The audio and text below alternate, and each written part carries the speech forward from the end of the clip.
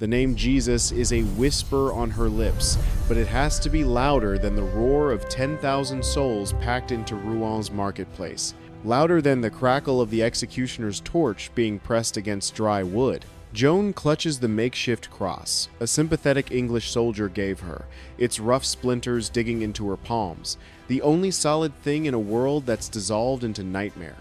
She's 19 years old. 2 years ago, she was crowning a king in Reims Cathedral, while crowds wept and called her their savior. 12 months ago, she was leading armies that broke English sieges everyone said were impossible.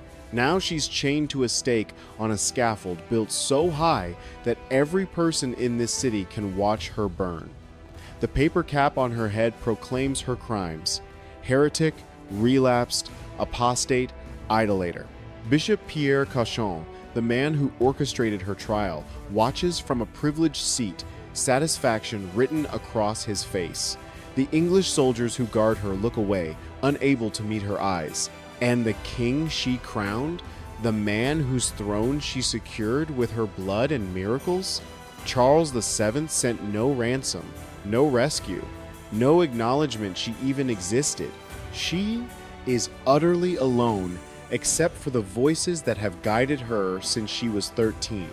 And those voices are telling her one final truth.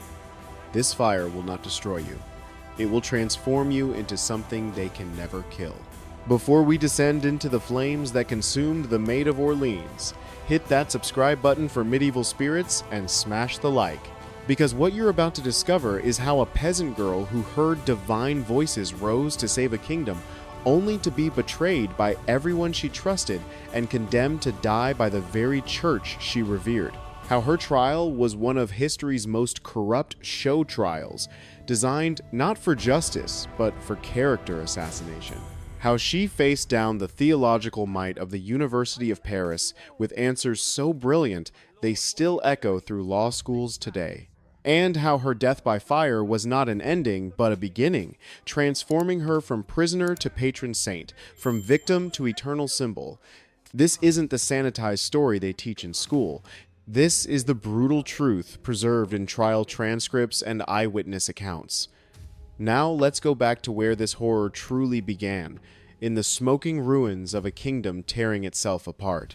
France, 1492. King Charles VI, protector of his people, suddenly starts screaming betrayal on a hot summer day. His sword flashes not at enemies, but at his own knights. He kills 4 of them before they can subdue him. The king's mind has shattered like glass. And speaking of glass, that's exactly what Charles believes he's made of during his rare, lucid moments. He demands iron rods be sewn into his clothing to prevent himself from breaking. A mad king means a power vacuum, and nature abhors a vacuum. Queen Isabeau of Bavaria seizes control as regent, but power corrupts absolutely. The royal court splits into 2 murderous factions: Duke Louis of Orleans on one side, John the Fearless of Burgundy on the other. These aren't political rivals. They hate each other with a fury that will drown France in blood. November 1407. Duke Louis rides through dark Paris streets after visiting the Queen. Masked men emerge from shadows.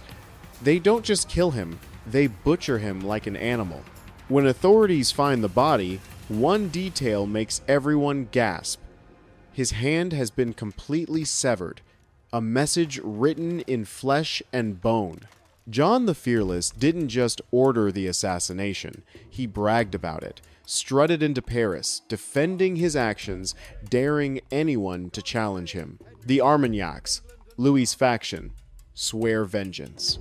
What follows is a decade of carnage that makes the original murder look like mercy.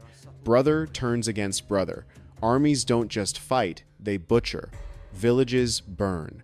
Children starve. When your protectors become your predators, when the men meant to defend you are tearing each other apart, that's when true horror begins. The madness reaches new heights when peace talks are arranged in 1419. John the Fearless agrees to meet the Dauphin Charles on a bridge at Montereau. Neutral ground, they promise. Safe, they say.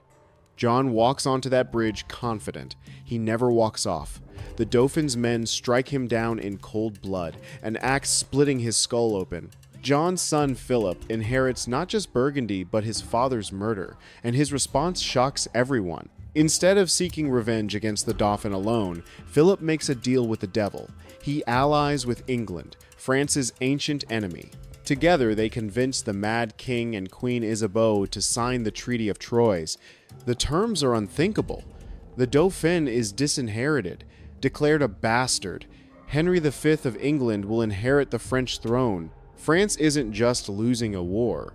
France is signing its own death warrant, and the consequences are about to get catastrophically worse. October 25th, 1415. Agincourt.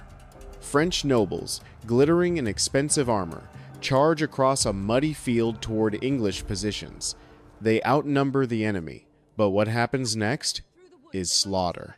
English longbowmen draw their strings. The air fills with a sound like deadly rain, thousands of arrows darkening the sky. French knights fall like wheat before a scythe. Horses scream. Men drown in mud, pulled down by their own armor. In hours, France loses more nobles than in any battle in its history.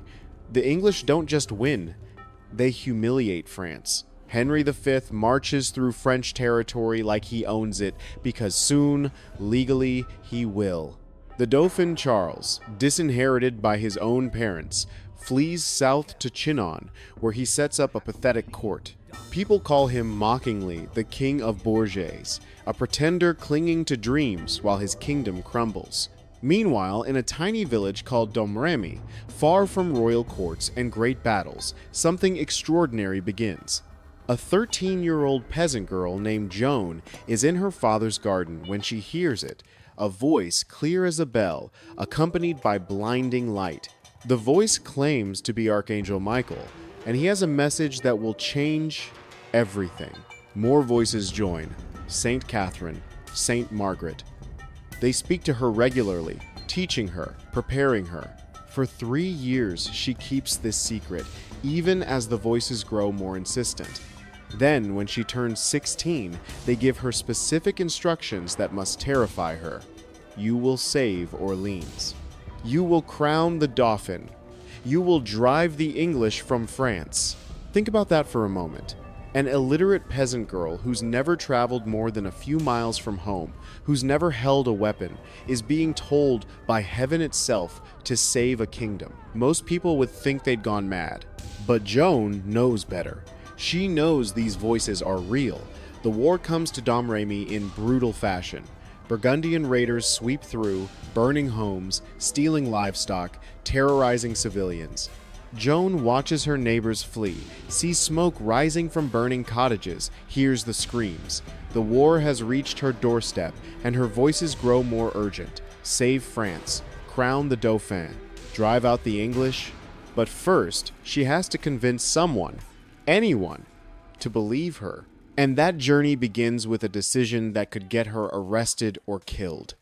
Cutting her hair short like a boy's, putting on men's clothes, and traveling 200 miles through enemy territory to find a king who doesn't even know she exists. Joan arrives at Chinon in 1429, 17 years old, dressed as a boy, claiming God sent her to save France. The Dauphin's court is filled with skeptics who've seen every kind of con artist and lunatic. Charles decides to test her. He hides among his courtiers while another man sits on the throne. Joan enters the hall, glances at the impostor, then walks straight through the crowd to where Charles stands disguised. She kneels before him. Gentle Dauphin, I am Joan the Maid, sent by God to help you in your kingdom. The hall falls silent. She's never seen him before. How could she possibly know? But recognition is just the beginning. Court theologians descend on Joan like wolves, interrogating her for weeks about her visions, her faith, her mission. Learned men try to trap her with complex theological questions. She answers them all with clarity that stuns these doctors of the church. They even subject her to physical examination by matrons to verify her virginity. The examination confirms what Joan claims. She is pure, untouched, exactly as a holy messenger should be. The Dauphin gives her an army, not because he fully believes, but because he's desperate. Orleans, the key to southern France, has been under English siege for 6 months. If it falls, nothing will stop the English from overrunning his kingdom. Joan is his last, impossible hope. When she puts on armor, witnesses describe something almost supernatural. A peasant girl who's never held a sword suddenly moves like a veteran warrior. She chooses a war lance, wears heavy armor as if born to it. Her white banner bears the image of Christ and the words Jesus, Maria. The journey to Orleans requires passing through enemy territory. Joan insists on traveling openly, banner high, refusing stealth. "My voices tell me to be bold," she declares. Somehow, miraculously, they reach the city unharmed. Orleans is dying after 6 months of siege. The people are starving, desperate, ready to surrender. Then Joan rides through the gates, banners streaming, and everything changes. Crowds pour into the streets. The maid has come! Women weep. Men who'd given up hope suddenly find courage. But the city's military commanders are less impressed. They listen with barely concealed irritation as this teenage girl outlines her battle plan. Her strategy is simple to the point of madness. Attack them. God is with us. We will win. The commanders want to wait, to plan, to be cautious. Joan speaks directly to common soldiers, and they love her for it. She prays with them, confesses with them, forbids them from swearing or looting. The army that was demoralized suddenly burns with religious fervor. Joan forces the commander's hands by simply acting. The attack comes on May 4th. She leads from the front, her white banner visible everywhere. The fighting is thickest. Then disaster strikes. A crossbow bolt catches her between neck and shoulder. Blood soaks her armor. The wound is deep, agonizing. Most soldiers would be out for weeks. Joan returns to the battlefield within hours. After 6 months of siege, after everyone said it was impossible, Orleans falls in just 4 days. But this miracle, this impossible victory that should have united France, is about to reveal the ugliest truth of all. Political power never forgives the inconvenient holy. July 17th, 1429, Reims Cathedral. The air is thick with incense and anticipation. Charles, the once disinherited Dauphin, is about to be crowned King Charles VII. And there beside him, holding her banner high, stands Joan. It's her greatest triumph. The ancient cathedral glows with candlelight. Lords and ladies who mocked the peasant girl now watch in awe as she stands at the king's right hand. When the archbishop places the crown on Charles's head, Joan kneels and weeps openly. "Gentle king, now is fulfilled the pleasure of God, who wanted you to come to Reims to receive your holy consecration, showing that you are the true king. This is the pinnacle. Everything the voices promised has come true.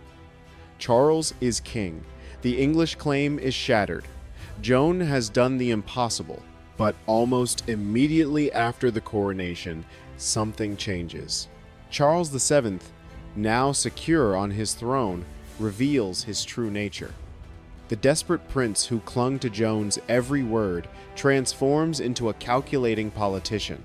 His advisor, Georges de la Tremoille, whispers constantly in his ear, "The girl has served her purpose. Now she's a liability." Her black and white view of good versus evil doesn't fit the nuanced world of royal politics. Charles enters negotiations with Philip of Burgundy. Truces, compromises, deals. To Joan, this is incomprehensible. The Burgundians are allies of the English, enemies of God and France. There can be no compromise with evil, but Charles sees things differently. Why fight when you can negotiate? Joan wants to march on Paris immediately, to press their advantage while the English are reeling. Charles hesitates, delays, makes excuses. Weeks pass. The momentum from Orleans and Reims dissipates like morning mist. Finally, in September, Charles allows an assault on Paris, but his heart isn't in it. He provides inadequate troops, limited supplies, secretly hoping it will fail and teach Joan a lesson about the limits of her divine mission. Paris is nothing like Orleans. The walls are higher, stronger, better defended. Many Parisians support the Burgundians and see Charles as the usurper. When Joan appears before the walls, she faces determined enemies ready to die. The assault begins on September 8th. Joan leads from the front, as always, her banner bright against gray walls. She stands in the open, shouting encouragement, directing the attack. Then comes the crossbow bolt, punching through her armor at the thigh, burying itself deep in muscle and flesh. She crumbles, her banner falling, blood pooling beneath her. The pain is excruciating, worse than the shoulder wound at Orleans. She tries to stand, to continue fighting, but her leg won't support her weight. Her men drag her from the field as she screams at them to continue. But without Joan, without her banner visible, the attack falters. Charles, watching from a safe distance, immediately orders retreat. He seems almost relieved. The aura of invincibility is shattered. Joan can bleed. She can fail. And once you can fail, you're no longer protected by divine mandate. You're just another expendable piece on the chessboard of power. Spring 1430 finds Joan increasingly isolated.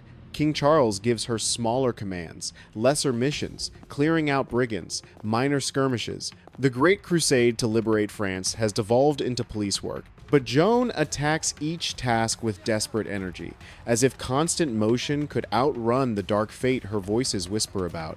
The town of Compiègne is under siege by Burgundian forces. Joan arrives with a small company to reinforce the defenders. On May 23rd, she leads a sortie against Burgundian positions. What should be a routine raid to disrupt the enemy goes wrong from the start. The Burgundians are ready, reinforcements hidden in the woods. Joan's forces find themselves outnumbered, outflanked. The retreat turns into a rout, men fleeing toward the safety of Compiègne's walls, Joan covering their escape, always the last to leave the field. The gates loom ahead. Safety is just yards away. But the captain, fearing Burgundians will rush in with the retreating troops, makes a fateful decision. He orders the gates closed. Joan, still fighting outside, is trapped. Burgundian soldiers surround her. She fights like a demon, her sword flashing, trying to cut her way through. But there are too many. Hands grab her, pull her from her horse. An archer named Leonel de Wandone seizes her rich cloak and drags her down. No glorious last stand, just a chaotic skirmish, and then Burgundian hands pulling her from her horse. The Maid of Orleans is a prisoner. She's the most valuable captive in Christendom, and King Charles, her own king, the man she crowned, makes no effort to ransom her. The silence from Chinon is deafening. Months pass. Joan is moved between castles, Beaulieu, then Beaurevoir, each prison more secure than the last. John of Luxembourg entertains bids for his prized prisoner like a merchant haggling over silk. The English finally offer 10,000 livres, a king's ransom. Joan of Arc is sold like cattle. At Beauvoir Castle, Joan learns of her sale to the English. The voices had warned her, but knowing doesn't make it easier. The English don't want her as a prisoner. They want her as a symbol to destroy. If they can prove the maid was a witch, a heretic, then Charles VII's coronation is invalid, his kingdom built on satanic lies. Joan makes a desperate decision. The tower at Beaurevoir rises 70 feet above the ground. Death from such height is certain, but perhaps cleaner than what the English have planned. Her voices counsel patience, tell her not to jump, but despair overwhelms divine guidance. She climbs onto the window ledge. Wind whips her hair. Below, hard earth waits. She could end it here on her own terms. Joan crosses herself, whispers a prayer, and jumps. The fall seems to last forever. then impact, crushing, bone-breaking force. Guards find her crumpled body and prepare to bury what they assume is a corpse. Then she moves, groans. Impossibly, miraculously, Joan lives, badly injured, in agony, but alive. And her failed escape changes nothing except to add physical pain to mental anguish. Because by December, she's in English hands, transported to Rouen, dressed in irons, chained to a wall, kept under constant guard by male soldiers who watch her always, threatening always. And Bishop Pierre Cauchon has grand plans for what comes next. Rouen, February 1431. The English have their prize, but a quick execution isn't enough. They need to discredit her, to prove she was an agent of the devil, not God. The trial begins in a castle hall transformed into a courtroom, rigged with bad faith from the start. 60 judges, all carefully selected by Cauchon, all sympathetic to the English cause. Not a single one will speak for Joan. She stands alone. No lawyer, no advocate, no friend. Just a 19-year-old girl against the combined intellectual might of the University of Paris. Cauchon opens with theatrical gravity. Joan called the maid, "You stand accused of heresy, witchcraft, and blasphemy. You claim to hear voices from God. You wear the clothing of a man, defying natural law. You have led men to slaughter in the name of false visions." Joan's response electrifies the room. "I have done nothing except by God's command. If you were to tear me limb from limb and make my soul leave my body, I would say nothing different." Day after day, they hammer at her with questions designed to trap, to confuse, to exhaust. They ask about her voices, what they look like, what they wear, whether they have bodies. They demand she reveal private conversations with King Charles. They question every battle, every decision, every moment of her extraordinary life. The most famous exchange comes when they try their master stroke. A theologian asks with a sly smile, "Joan, are you in a state of grace?" The trap is perfect. Answer yes, and she commits the sin of presumption. No one can know for certain they're in God's grace. Answer no, and she admits to being in mortal sin, invalidating her entire mission. Either answer will damn her. Joan pauses. The hall holds its breath. Then she speaks. "If I am not, may God put me there, and if I am, may God so keep me." The learned doctors of the church are stunned into silence. How can this unlettered girl produce such a perfect, unassailable answer? They move to her men's clothing. Surely here they can trap her. Wearing men's clothes is against biblical law, they argue. Joan's response is devastatingly practical. "I wear these clothes for protection." In prison, surrounded by English soldiers who threaten me daily, women's clothes would invite assault. My voices told me to preserve my purity. These clothes help me do that. The truth of her words hangs heavy. Everyone knows what happens to female prisoners. Everyone understands the constant threat she faces. Week after week, the interrogation grinds on. They question her in public sessions, then in her cell. They wake her at night for surprise examinations. They deny her mass, refuse her communion unless she submits. When they threaten her with torture, she replies, "Even if you tear my limbs off and drive my soul from my body, I will say nothing different. And if I did speak differently, I would always say afterward that you made me speak by force." Cauchon realizes intellectual arguments won't break her. Her faith is unshakable, her answers too clever. But everyone has a breaking point. Everyone fears something. And for Joan, there's one terror that might crack her resolve. Fire. May 24th, 1431. After months of trial, Bishop Cauchon plays his cruelest card. He leads Joan to the cemetery of Saint Wen, where a stake waits. An executioner stands ready, his torch already lit. "Sign this recantation," Cauchon tells her, thrusting a document at her trembling hands. "Or burn.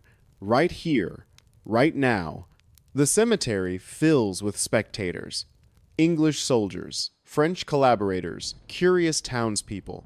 They've come to see a burning. The stake rises from a pile of wood. This isn't a threat anymore. This is immediate, real, happening.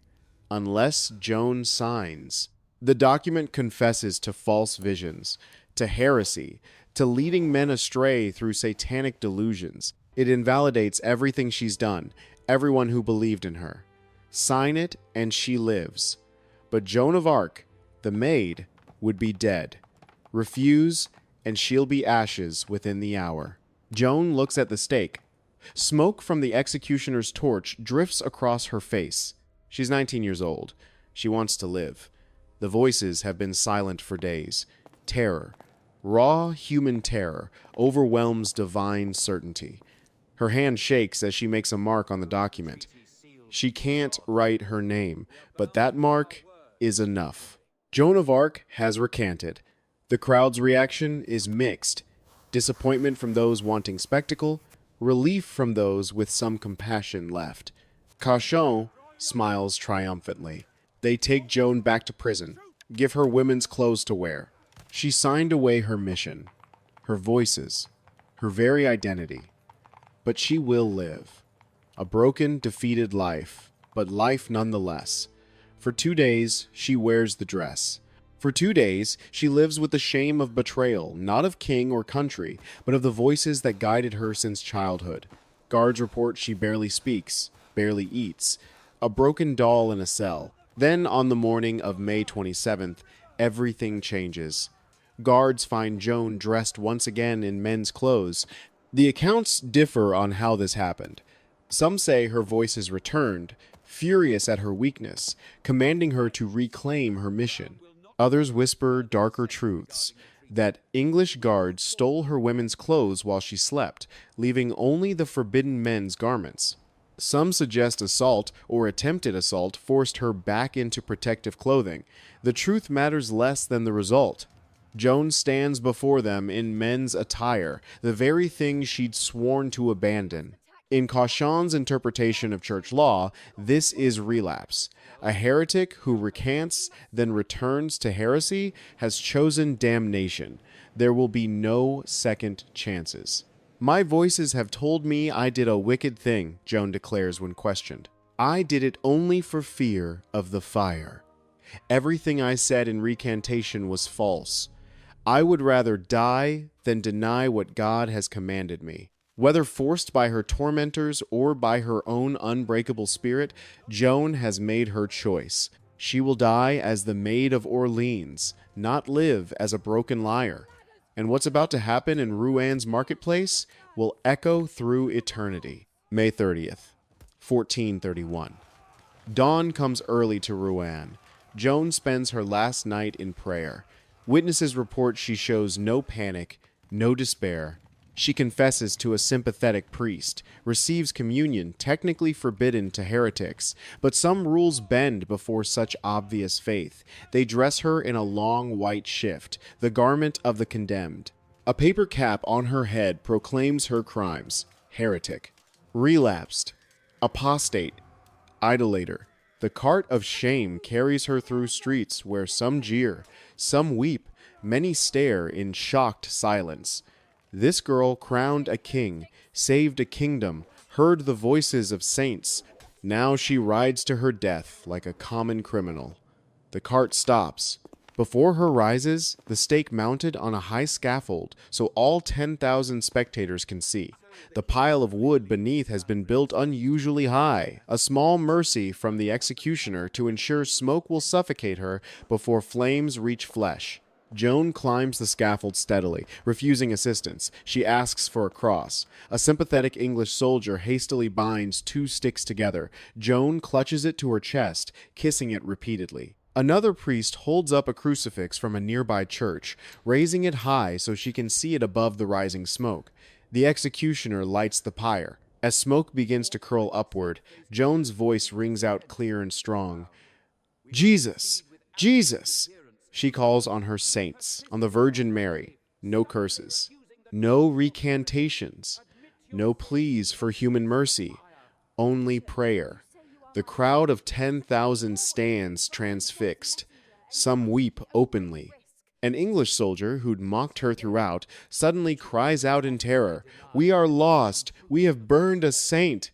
The flames rise higher. Joan's voice grows fainter, but never stops. Jesus is the last word witnesses hear before smoke and fire claim her. She is 19 years old. The English aren't finished. Paranoid about relics, about martyrdom, they order the executioner to burn the body twice more, reducing it completely to ashes. These ashes are carefully gathered and scattered into the river Seine. There will be no grave to visit, no relics to venerate. Joan of Arc will be erased from history. Except she isn't.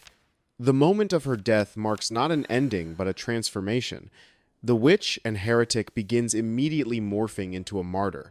French patriots who'd been silent find their voices. English soldiers report nightmares, signs, omens. The tide of war, already turning, becomes a flood. Within 2 decades, the English are driven from France entirely, just as Joan prophesied. King Charles VII, guilt-ridden or politically motivated, orders a new trial in 1456. Joan's mother, still alive, testifies. Witnesses from the original trial recant, admit they were coerced. The verdict is unanimous. Joan of Arc was innocent, a faithful daughter of the Church, murdered through a corrupt legal process. Only in 1920, after exhaustive investigation, did the Catholic Church canonize her as Saint Joan of Arc, patron of France, of soldiers, of martyrs. Here's what makes Joan's story devastatingly relevant today. This wasn't just about medieval politics or religious warfare. This was about power silencing a young woman's voice because she threatened the established order, about corrupt institutions using show trials to destroy inconvenient truth-tellers, about a girl who heard voices of justice and paid the ultimate price for refusing to be silenced. How many young women today are told their voices don't matter? How many truth-tellers face modern versions of Cochon's rigged courtroom? How many people speaking uncomfortable truths are dismissed as crazy, hysterical, dangerous? Joan of Arc was 19 when they burned her. She'd accomplished more in 2 years than most people achieve in a lifetime. She lifted sieges, crowned kings, changed history. And the institutions she trusted, the church, the monarchy, the systems meant to protect her, all conspired to destroy her because a peasant girl with divine authority terrified them more than any English army. The English thought fire would erase her. Instead, it transformed her from a person into an eternal symbol of courage, conviction, and the refusal to be silenced. Today in Rouen marketplace, where she died, a modern church stands dedicated to her memory. Pilgrims come from around the world, not to mourn a victim, but to honor a warrior who never compromised her truth. So here's my challenge for you, and it's not abstract. If you see someone being silenced for speaking truth, speak louder. If you witness institutions rigging the game against the powerless, call it out. If you know a young woman whose voice is being dismissed as crazy or dangerous simply because she threatens comfortable lies, stand beside her. Subscribe to Medieval Spirits and share this video so Joan's story reaches people who need to hear it. Leave a comment telling me whose silenced voice you'll amplify today. Because Joan of Arc burned, but some lights once kindled can never be extinguished. Some voices once raised in truth echo forever. In trying to silence her, her enemies ensured she would never be forgotten. Will you be one of the people who make sure her story and the stories of everyone being silenced today continues to be told? The choice is yours, but so is the consequence of your silence.